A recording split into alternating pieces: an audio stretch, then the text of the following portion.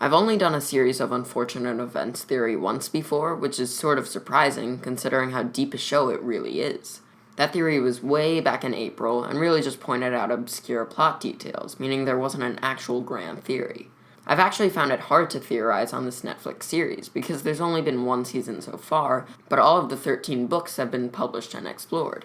It creates kind of a strange conundrum of how much info from the books to include in the theory, since Daniel Handler has confirmed that aspects from the books will be changed in the TV show. And all you have to do is look at the comments from my first theory to find out how tricky it is to balance obtained plot details from the novels. But since Season 2 is right around the corner, releasing sometime in the first quarter of 2018, I thought I'd finally make a second video on it, this time discussing a character who wasn't in the books, Jacquelyn. Yet again, this is less of a theory and more of a bunch of thoughts and predictions, but yeah, spoilers for all of Season 1 and each of the 13 books. Ready for a theory?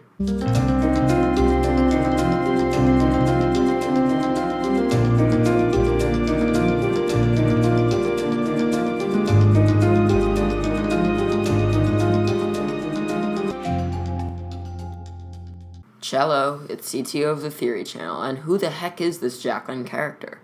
She isn't in any of Lemony Snicket's books, but seems to have an ever-increasing role in the Netflix show. We first see Jacquelyn in the beginning of The Bad Beginning Part 2, the second episode of the first season.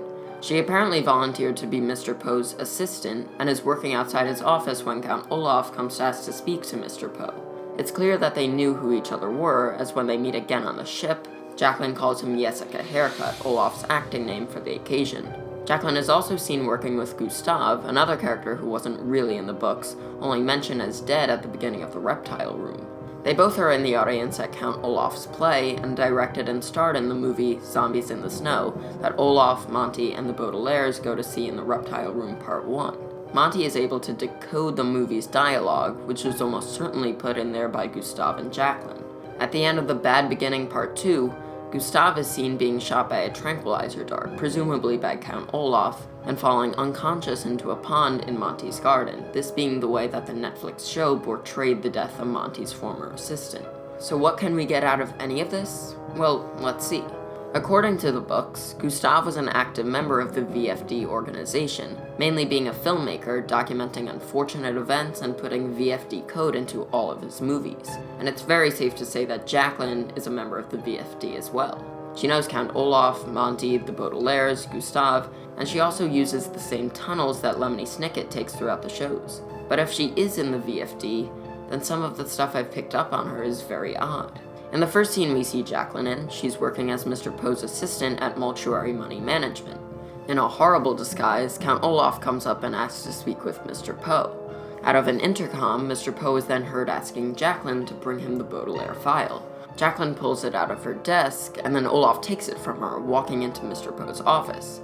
So why on earth would a VFD worker take out the Baudelaire file right in front of the man who's after their fortune?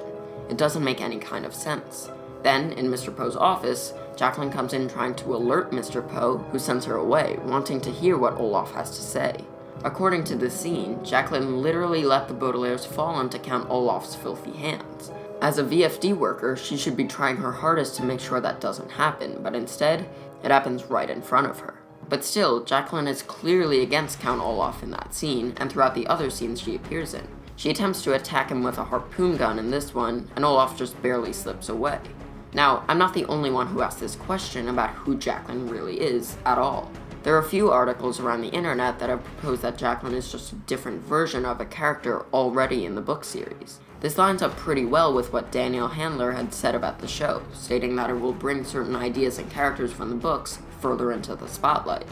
If this is true, then there are a few options to which character Jacquelyn might be based off of. The first name that immediately comes to mind is Jacques Snicket, Lemony's brother. Other than the similar name, Jacques was more of a behind-the-scenes character in the books, usually following the Baudelaires. So it's very possible that Jacquelyn's simply a gender-swap version of him. There's also the possibility that she's Gustav's sister, Sally Sebald, but I don't see why she would use a completely different name if this is so. Jacquelyn calls him Gustav multiple times, and Gustav calls her Jacquelyn, so I don't believe in this theory. Another interesting thing I found is that on the Zombies in the Snow movie poster, Jacquelyn's last name is spelled S-E-I-E-S-Z-K-A, but in the credits of the movie, it's spelled S-C-I-E-S-Z-K-A. Either there's a misspell, it's a complete coincidence, or something weird is going on here.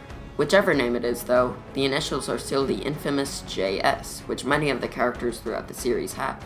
This almost confirms that Jacquelyn is in the VFD, and is possibly a gender-swapped Jacques Snicket. In the Netflix show, we see Lemony Snicket in these tunnels many times, as we do Jacquelyn, which makes sense if they're related and work under the same organization. After Gustave's death, or supposed death, Jacquelyn just kind of disappears. We don't see her again after the 4th episode, but she has been confirmed for season 2, so she must be alive. And before I go, another super odd, really weird thing I noticed is that when Olaf and his henchpeople are going through the tunnels, there is the word Strauss on one of the arrows.